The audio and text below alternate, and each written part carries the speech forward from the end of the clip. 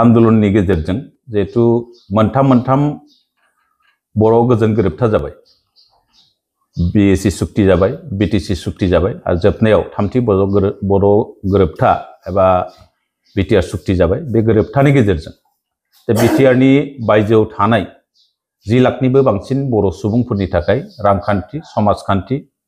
आरो सोलोंथाइनि जौगानायनि थाखाय जों आलादायै मोनसे गावखुंथाय बर' कसारी अनसाय गावहायुं खुंथाय जों जिहेतु मोननो हाबाय दा बेफोर माबाखौ नैबे सोलिबाय थानाय BJP आरो बिनि जों थाफानाय जेबिलाक नांजाबफानाय जेबिलाक राजनीतिक दल दं सरकार दं बिथांमोननि नाजानायाव जादों बेनिखायनो जोङो एबारबो नैबे बिसायख'थियाव BJP आरो बिनि मित्रजुट जेबिलाक BJP दङ AGP दङ बा गुबुन BJP जों थाफानाय गणशक्ति गुबुन पार्टी दोलोनि बिजाथिफोरनो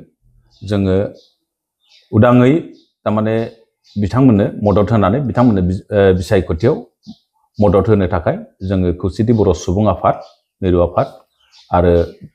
BTRनि बायजोनि एक्स-BLT वेलफेयार ससाइटि जों जुथायै दिनै मोनसे प्रेस मिट खुंनानै गासैबो BTRनि बायजोआव थानाय बर' रायजो राजाफोरखौ नैबे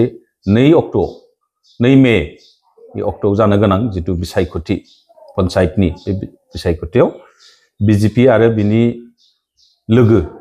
जेबिलाक मित्रजुट दं बिथांमोननो भट होनानै देरहासार जानो थाखाय जों खावलायदों आरो जिहेतु BJP दोलोआ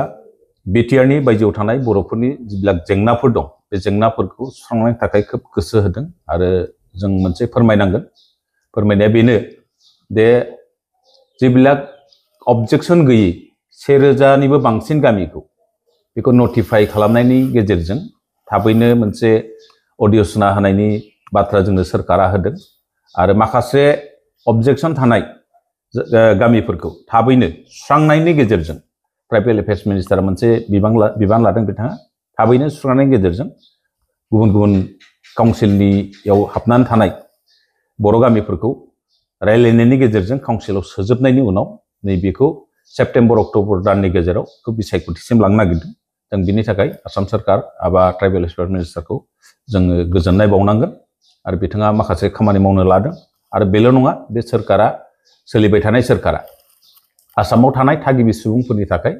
गोबां खामानि मावदों आरो मावलांबाय थागोनखौ जों फोथायदों आरो जिहेतु जोंना गोबां जेंना दंबावो बे जेंनाफोरखौ जों बे सरकारजों थाफानानैसो जों सुस्रांना लानो हागोन होननानै जोंहा मोनसे फोथायनाय दं बेनिखायनो फैगौ 2 मेआव जानो गोनां गिबि फार्स्ट टार्म जितु इलेक्शन पन्चायत इलेक्शन आरो 7 अक्ट'आव सेकेन्ड फेजआव जितु इलेक्शन जागोन बे बिसायख'थियाव BJP आरो बिनि मित्रजुट गासैबो हान्जाफोरनो बिजाथिफोरनो भट होनानै देरहासार होनो थाखाय जों खौसेथि बर' सुबुं आफाद आरो BTRनि बायजोनि एक्स-BLT वेलफेयार ससाइटि जानानै गासैबो बर' रायजो राजाफोरखौ जों खावलायदों खौसेथि बर' सुबुं आफाद हिसाबै गंबेसे जिल्लायाव बिसायख'थि फोसावदों जोंना ओरैनो BTRनि बायजोआव गं 22 जिल्ला दङ गं 22 जिल्लानि गेजेराव जिहेतु 6 सिडुलाव थाबाय कार्बि आंलं जिल्लायाव दं कार्बि आंलंआव जिहेतु पन्चायत इलेक्शन जाया आरो BTRआव जाया गतिके गं 21 जिल्लायाव जोङो बेखौ बिसायख'थिनि बे फोसावथि मेलखौ खुंगोन आरो जोंहा गासै 120निबो बांसिन जिहेतु आन्चलिक कमिटि दं बे आन्चलिक कमिटिफोरनि गासैबो दैदेनगिरिफोरखौ जों आगोथियारिनो बिथांमोननो जों बिथोन हरबाय जे BJP आरो बिनि मित्रजुट दोलोफोरनो भट होनांगौ होननानै जों खावलायबाय